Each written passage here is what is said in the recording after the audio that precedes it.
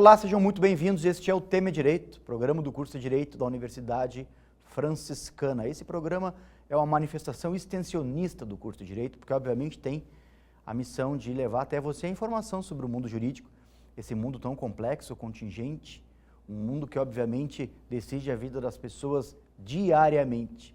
E para falar sobre isso e tantas outras coisas, meu convidado de hoje, professor Jaci René Costa Garcia, seja bem-vindo, meu amigo. Prazer estar aqui novamente no programa, né?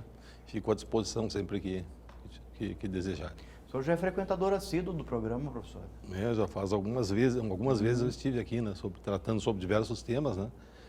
E hoje, especificamente sobre essa temática que envolve os conflitos internacionais, né? Aliás, sobre isso, professor, na sexta-feira agora, dia 1º, né, então depois de amanhã, nós teremos um evento, Direitos Humanos e Conflitos Internacionais, às 18h30.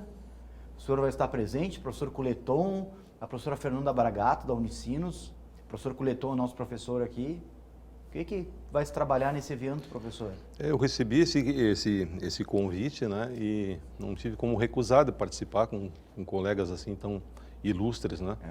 E a discussão, eu acho que a pauta da discussão justamente é pensar justamente a guerra, né, e como que nós, em pleno século XXI, esse é um mal ainda que nos acomete, e hoje com tamanho ou com potencial destrutivo, assim, à medida que isso ganha uma escala mundial, um potencial destrutivo de término, de dizimar a própria humanidade, né? Então é um tema assim que interessa a todos, né? E mesmo que eu tenha assim uma perspectiva mais da filosofia no direito, é um tema também que é uma preocupação desde sempre da filosofia, né? Sim. Que medida tu acha, já sei que essa questão da guerra e dos conflitos internacionais, em que medida o direito e a filosofia se relacionam aí? Assim, a questão me parece que toca, assim, que é pertinente ao direito, né? Digamos assim, um dos grandes juristas do século XX, né, que todos nós reportamos. Na semana passada até foi criado um instituto em Brasília, o Instituto Hans Kelsen, né?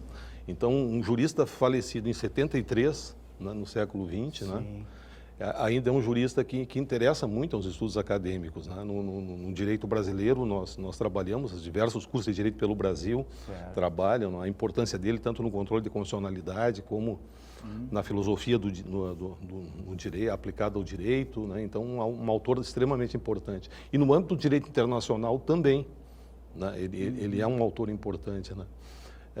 Kelsen, em 44, quando ele estava radicado nos Estados Unidos, né, em razão de que muitos saíram da Alemanha, daquela região, no momento da Segunda Guerra, né, e ele produziu uma obra assim, extremamente importante, né, uma obra que chama A Paz pelo Direito, né? Então, nessa obra aqui, Kelsen reflete sobre o papel do direito justamente na resolução dos conflitos. Né? Então vejam assim, e ele vai dizer que é importante. E aqui eu acho interessante, se me permite, só ler um fragmento aqui do prefácio, né? Ele mostra assim o quanto que nós, enquanto humanidade, enquanto civilização, ainda temos um déficit em termos de resolução de um problema que atinge todos, né? Que é a questão que envolve a guerra, né? Então ele diz aqui, ó, quando na história das religiões aprendemos sobre os sacrifícios humanos oferecidos pelos povos primitivos a seus deuses, quando lemos que os incas, índios relativamente civilizados, imolavam até os próprios filhos nos altares de seus ídolos, de maneira mais cruel possível, permitindo que os sacerdotes abrissem o peito da vítima e lhe retirasse o coração ainda pulsando, quando em vão procuramos entender como os próprios pais podiam suportar esse sofrimento, sentimos alívio na confortável consciência de viver uma época esclarecida, sob as bênçãos de uma religião superior que nos faz compreender o supremo dever de preservar a vida humana. Aí ele reflete na sequência, será que nós, integrantes de uma civilização cristã, uma grande parte, né, temos mesmo o direito de sentir esse alívio moral? Podemos nos considerar tão mais avançados em comparação com os aborígenes do Peru? O nosso século XX não deu à humanidade, juntamente com as realizações mais prodigiosas da tecnologia, 2 guerras mundiais, cujos sacrifícios humanos ofuscaram com grande vantagem o assassínio de crianças pelos incas pagãos. Então, vejam assim, Kelsen aqui está tratando da paz e ele está refletindo no início, né? Nós, enquanto processo civilizatório, parece que avançamos tanto, tecnologicamente avançamos tanto, construímos as condições melhores de vida, né? Mas essa questão ainda nos atormenta, né? E cada vez, inclusive, com os recursos tecnológicos, a questão da guerra ela se torna cada vez mais perigosa para todos, né? Então, por isso que a cada conflito que nós temos, há essa preocupação, né? Será que vai escalar esse conflito? Quem vai tomar partido? Em qual lado, né? A que ponto isso vai... Hoje nós não suportamos mais como humanidade uma nova guerra com uma escala mundial, né? Porque isso fica incontrolável, né? Exato. E o poder que nós temos tecnológico de destruição hoje, ele alcançou índices assim que são extremamente preocupantes, né? Por isso que eu acho que essas preocupações são preocupações atuais, né? E que eu acho que isso precisa ser discutido também, sem sombra de dúvida, inclusive nas academias, né? Eu tenho a felicidade na minha teoria, na minha disciplina, que é a teoria da Constituição. No final da disciplina, em 2, 3 dias de aula, eu destino a gente falar um pouco da relação entre o Estado na ordem internacional. Algumas notas sobre esse direito internacional, né? Como é que ele vai se arranjando, e as preocupações dos filósofos, inclusive, aqueles que vão dar uma sustentação a esse direito internacional, né? Porque Kelsen aqui é um dos que acredita, e aqui agora respondendo objetivamente a tua pergunta, o que o direito tem a ver, qual é a relação do direito com a paz, Kelsen acredita que os nossos conflitos todos poderiam ser resolvidos pelo direito. Nós poderíamos ter uma jurisdição internacional, né? E resolver, isso significa resolver racionalmente os conflitos, não jogando bomba, né?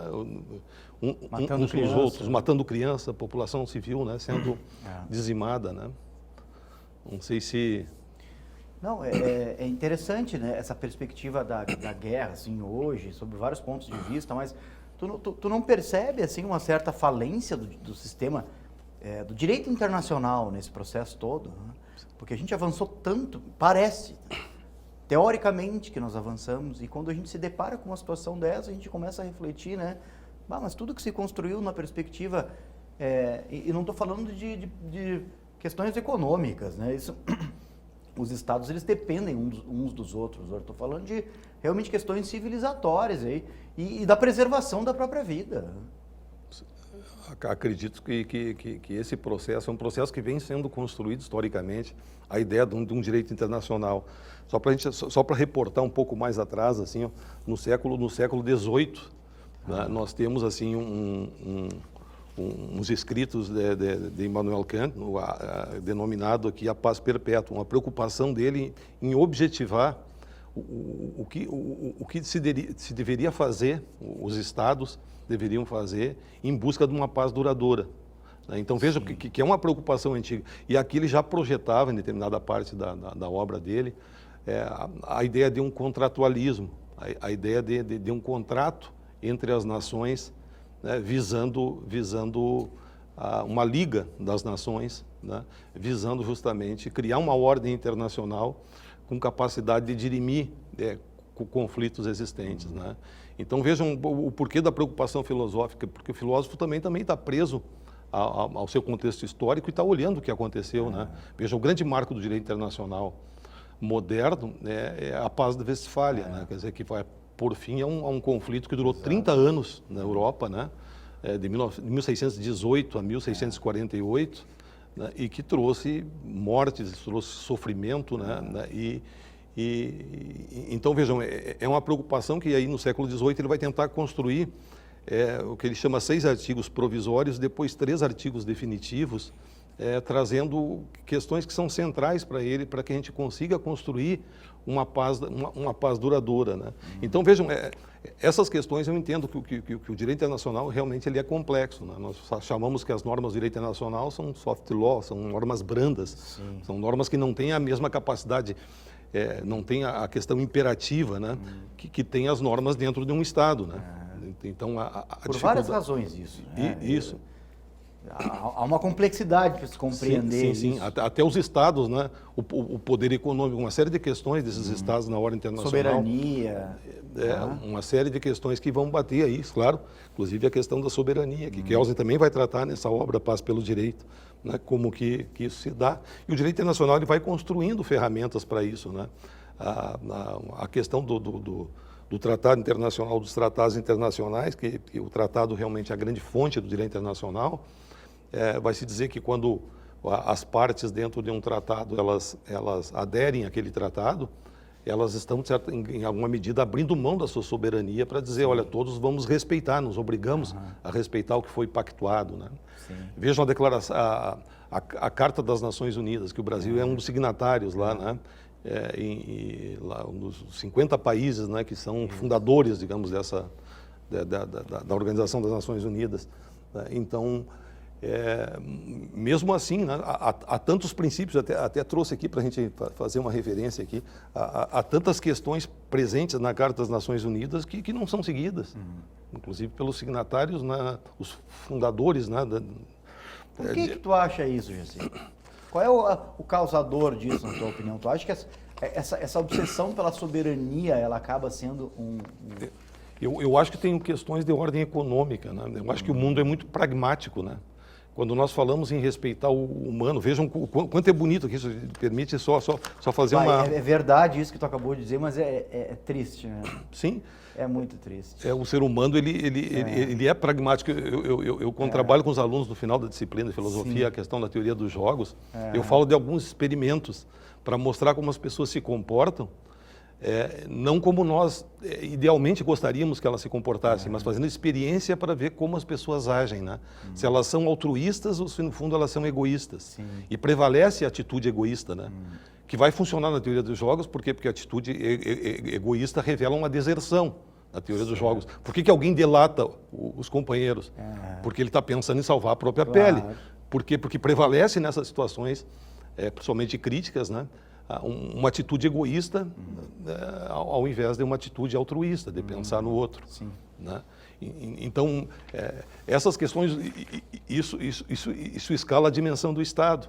Né? Estados na ordem internacional visando, às vezes, um proveito econômico, eles têm uma ação que é bastante pragmática, né? Eles pensam no crescimento do próprio Estado. Exatamente. Né? E aí vão se articulando políticas externas orientadas por uma política pragmática. Os Estados Unidos, ele é um exemplo clássico disso, né? Tanto que o Dworkin briga tanto contra o pragmatismo no direito, né? Sim. Uma das questões que ele se opõe ao convencionalismo, a ideia do positivismo e a ideia do pragmatismo, né? Porque ele está vivo, né? E por que ele é prevalente em algumas situações? Porque ele funciona. Exato. Porque ele atinge resultados. Né?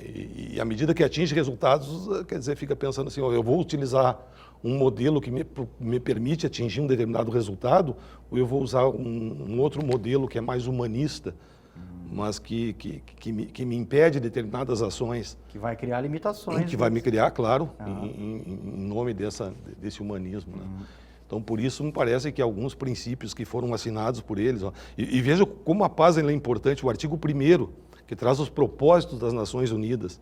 O artigo 1º diz assim, manter a paz. A paz é o grande tema do direito internacional. Se a gente pensar por que existe uma ordem internacional de Estados, para manter a paz. O resto vem depois. O resto vem depois, claro. Tem uma série de questões internacionais importantes, a questão econômica, né?